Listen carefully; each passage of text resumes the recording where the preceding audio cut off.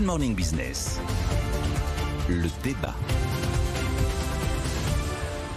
Dérapage et cacophonie. Dérapage des comptes publics. On va transmettre à Bruxelles aujourd'hui une perspective de déficit budgétaire supérieur à 5% du PIB. Vous vous rendez compte, 5% du PIB encore en 2024, alors qu'on prévoyait 4,4. Et en plus, il y a du rififi au sommet de l'État. On a bien compris que Bruno Le Maire n'était pas sur la même ligne qu'Emmanuel Macron. Ça, c'est embêtant quand le ministre de l'économie n'est pas sur la même ligne que le président.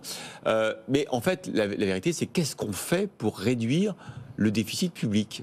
Oui, parce que le fossé est assez important. Les chiffres, on les aura officiellement aujourd'hui, mais ils sont dans la presse ce matin, 5 à 5,1% du PIB pour le déficit cette année.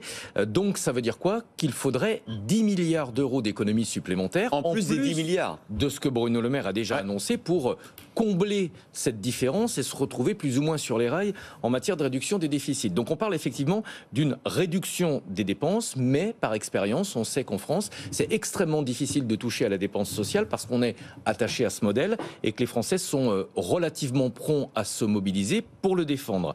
Donc au final, qu'est-ce qui se passe en France ? On a toujours eu tendance, lorsqu'il y a un problème, à augmenter la colonne des recettes et à ne pas diminuer suffisamment celle des dépenses. Donc moi, je continue de penser qu'on aura forcément des hausses d'impôts, même si Emmanuel Macron y est opposé. Je pense qu'on va jouer sur les mots, puisque pour beaucoup de Français, les impôts, ça veut dire impôt sur le revenu et impôt sur les sociétés, avec la réflexion sous-jacente, c'est qu'on va taxer les plus riches, les Français qui payent l'impôt sur le revenu, et les sociétés, puisque par définition, on a toujours considéré dans ce pays que les entreprises étaient riches. N'oubliez pas qu'il y a d'autres impôts, la CSG en est un, la TVA en est un autre, c'est une piste. On a entendu récemment une petite musique qui consistait à dire « et si on transférait une partie des charges sur les salaires sur la TVA ?» Alors je rappelle quand même, puisque les études montrent que les Français ont une culture financière assez limitée, mais que la TVA, c'est un impôt injuste. Tout le monde la paye, même les plus pauvres. Jean-Marc me disait tout à l'heure... C'est un impôt juste par rapport aux importations et par rapport justement... Ah oui, alors il a des côtés positifs. On va avoir les Jeux Olympiques en France, on attend énormément de touristes, ils vont tous payer la TVA. Donc si on relève la TVA... Je pense pas qu'aux touristes, je pense à tous les biens qu'on importe sont soumis à la TVA et justement on a un problème de balance commerciale et voilà. Oui, mais Jean-Marc me faisait remarquer tout à l'heure à juste titre que malheureusement la personne qui fait la manche dans la rue paye également la TVA lorsqu'elle va s'acheter quelque chose à manger. Donc c'est un impôt fondamentalement très injuste.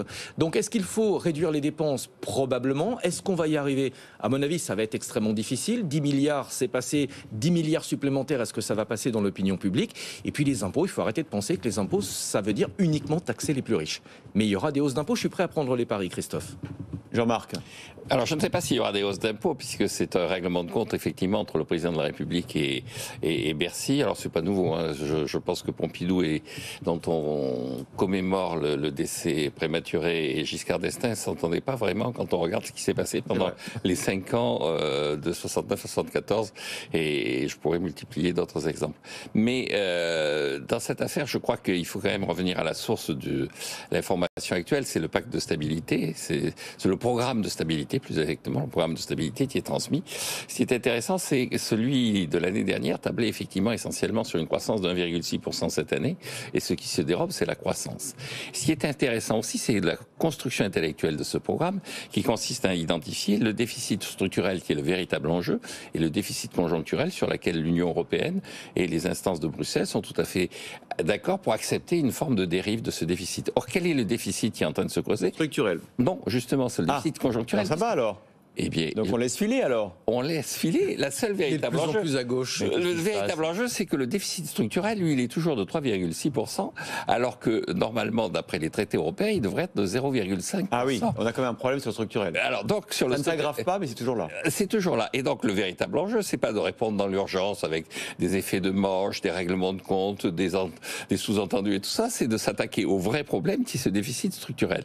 Alors pour répondre à ce déficit structurel, vu le niveau des dépenses publiques, l'enjeu, c'est quand même de baisser les dépenses publiques et de ne pas le faire de façon caricaturale dans l'argence, avec, encore une fois, des trémolos dans la voix, mais d'identifier les endroits où on va pouvoir faire des économies. C'est ça le rôle d'un programme de stabilité.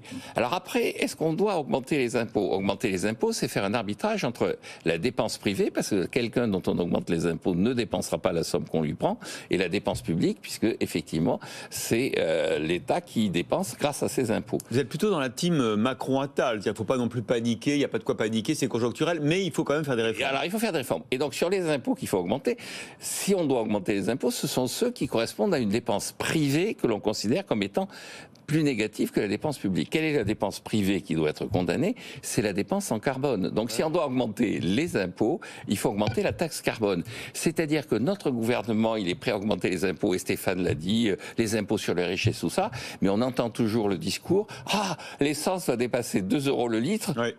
Catastrophe, il faut réagir. Il faut réagir, effectivement. C'est là-dessus que BFM TV m'a sollicité hier, par exemple. Au secours, bon, alors que qu'est-ce qu'on dit dans ces cas-là? On dit il faut que ça soit plus. Voilà, alors qu'il faut augmenter la taxe carbone, il faut augmenter le prix de l'essence et il ne faut pas augmenter l'impôt sur les sociétés ou l'impôt sur le revenu. Là, Jean-Marc, vous êtes en train de nous annoncer une nouvelle crise des Gilets jaunes. Ça a quand même commencé par une histoire de taxe carbone.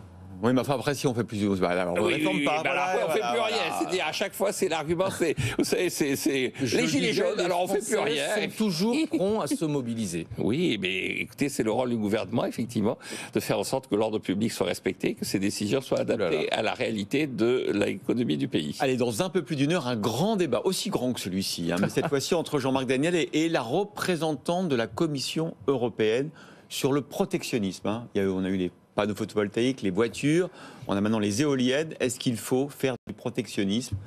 Ça risque d'être intéressant comme débat. Et j'espère, en tout cas, ma position sera ferme et tranchée.